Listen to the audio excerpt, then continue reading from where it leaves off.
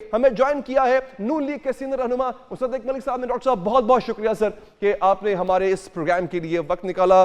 آپ ہمیشہ سے ٹائم دیتے رہے, آپ سے سیکھنے کو بھی بہت کچھ ملتا ہے, لیکن آج ہم آپ سے یہ سیکھنا ہے سر کہ موسٹ لائکلی آپ گورنمنٹ فارم کرنے جا رہے ہیں.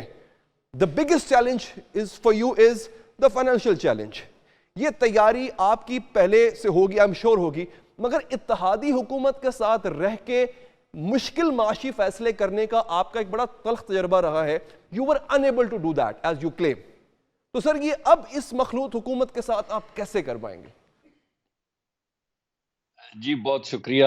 پہلے تو آپ کا ابتدائیہ سننے کے بعد مجھے تو ایسے لگا کہ ہم حکومت نہیں بنا پائیں گے.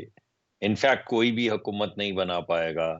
انفیکٹ اب کچھ کیوس پیدا ہو جائے گا, مجھے ایسا لگا. چلیں اگر لیکن آپ کو ایسا ایسا ہے لگا, نہیں, ایسا تھا نہیں ایسا ویسے. ہے نہیں نا. نہیں, میں آپ کو بتا رہا ہوں جی کہ وہ جی تھوڑا لگ رہا تھا ایسا کہ یہ بھی نہیں ہو پائے گا اور وہ بھی نہیں ہو پائے گا, اور یہ لوگ ان کے ساتھ مل کے کیسے بیٹھیں گے. اور حقیقت یہ ہے کہ یہ سارے پاکستانی ہیں. یہ بات ٹھیک ہے کہ سیاسی جب جوڑ توڑ ہو رہی ہوتی ہے, جب سیاست ہو رہی ہوتی ہے, تو ہر پارٹی اپنی ایک بڑی ایکسٹریم پوزیشن لیتی ہے اور پولیٹیکل پوزیشن لیتی ہے.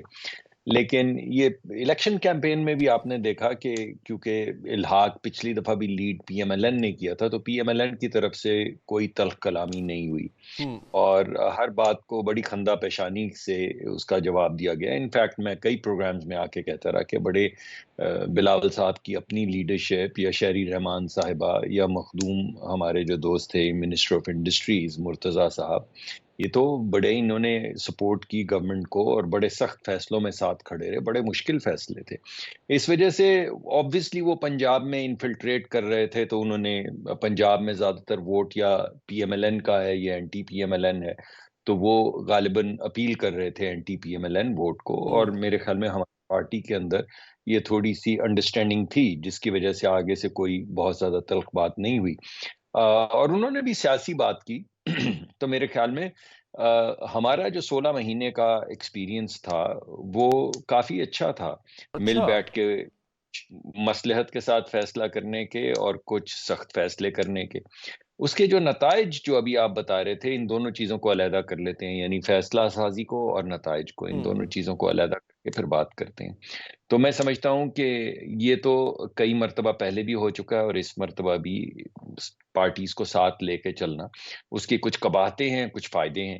فائدے یہ ہیں کہ اس ملک میں اس وقت بہت زیادہ مرہم رکھنے کی ضرورت ہے. بہت زیادہ پولرائزیشن ہو گئی ہے, لے دے ہو رہی ہے ہر طرف سے. اگر آپ کو اچھی بات بھی کریں یا کوئی اور اچھی بات کرے تو ہم دوسری سمت چلے جاتے ہیں. تو وہ ملک کے لیے تو کچھ اتنا اچھا نہیں ہے.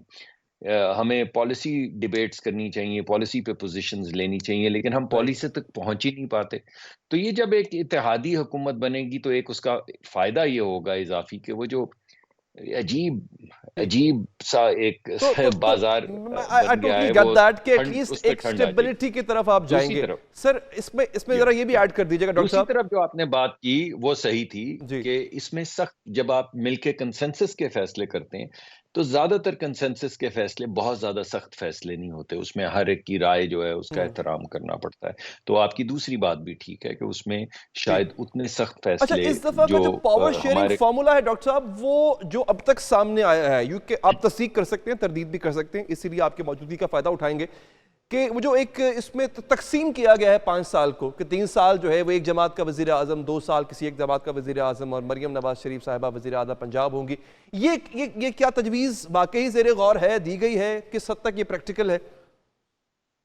دیکھیے, اس کو تو ابھی تھوڑی دیر پہلے جو ہماری پارٹی کے رہنما ہیں تارڑ صاحب, وہ ٹیلی ویژن پروگرام میں کہہ چکے ہیں کہ ایسی بات نہیں ہے. بہت سی اچھا تجاویز زیر غور ہیں, اور تمام تجاویز جو ہیں وہ سامنے لائی جا رہی ہیں اور ڈسکس ہو رہی ہیں. ابھی اس وقت تک میں آپ کو جو بات بتا سکتا ہوں وہ یہ ہے کہ ابھی تک جتنی بھی گفتگو پیپلز پارٹی کے ساتھ ہوئی ہے, ایم کیو ایم کے ساتھ ہوئی ہے, یا دیگر پارٹیز کے ساتھ ہوئی ہے, وہ بڑی ایک خوشگوار ماحول میں ہوئی ہے. اور میرے خیال میں ہماری پارٹی کی کوشش یہ ہے کہ ہم پرنسپلز طے کر لیں, اچھا کیونکہ ہر پارٹی جب اتحاد بنانے جاتی ہے تو وہ اپنی میکسیمل پوزیشن لے کے آگے چلتی ہے. یعنی جس کے پاس 4 سیٹیں ہوں، اگر آپ کو 4 کی ضرورت ہے تو اس کا بھی حق ہے، وہ کہہ دے کہ پرائم منسٹر مجھے بنا دیں.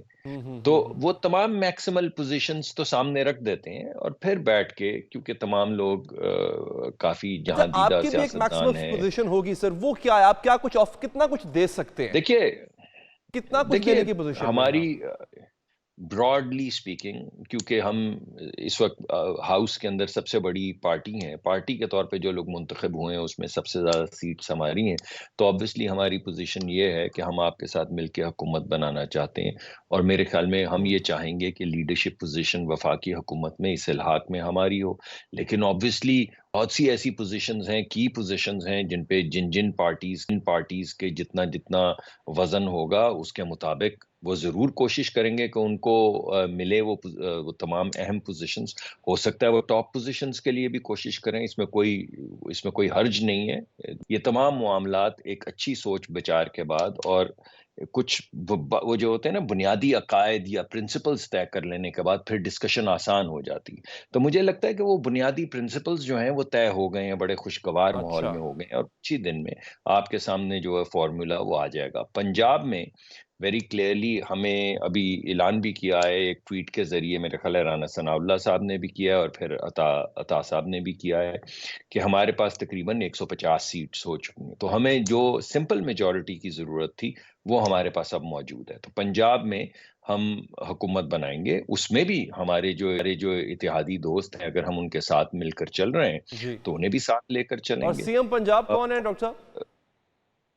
دیکھیے یہ تو قبل از وقت ہے، آپ نے چلیں زیر مجھے غور نام ہی بتا دیں. جس کا اعلان کیا، بس وہ پارٹی 1-2 دن میں آپ کے سامنے اچھا، فیصلہ، کوئی ایسا غیر ٹھیک. متوقع اچھا، فیصلہ نہیں ایک ہوگا سوال پہ ڈاکٹر صاحب میرا پارٹی. اور لے لیں سر اس میں. اب ہم آ جاتے ہیں آپ کی پارٹی مینیفیسٹوز پہ جو ڈیورنگ دا الیکشن کیمپین دیے گئے. Now that you are going to get sit together on treasury benches. اب ایک کہہ رہا ہے کہ پرائیویٹائزیشن، ایک کہہ رہا ہے کہ نہیں.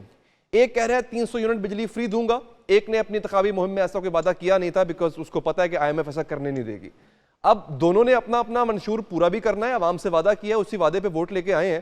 جب آپ کٹھے بیٹھیں گے، یہ جو کلیش ہوگا اس کو کیسے مینج کریں گے؟ یہ آپ کا بڑا اہم سوال ہے. دیکھیے کئی چیزیں ایسی ہیں جس میں پالیسی پہ مکمل اتفاق رائے نہیں ہوگا، مگر ایسی ہیں. مثلا ہماری پارٹی کا موقف یہ ہے کہ یہ جو ہمیشہ سے سیٹھوں کی حکومت چلتی آئی ہے، جس میں 3-4 کمپنیاں ہائی جیک کر کے پورے ملک کو لے جاتی ہیں اور تمام لوگ سفر کرتے ہیں، اس طرح کی اکنامک پالیسی، معاشی پالیسی نہیں بنے گی اس مرتبہ.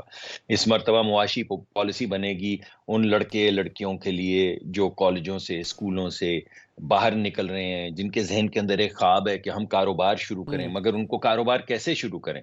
ان کو کوئی ایک دھیلا دینے کے لیے تو تیار نہیں ہے. بینکس کے پاس جائیں تو یا تو وہ ڈپازٹ اکٹھا کر کے دے دیتے ہیں سرکار کو ہی اور درمیان میں پیسے کما لیتے ہیں، اور یا وہ بڑے بڑے سیٹھوں کو دے دیتے ہیں.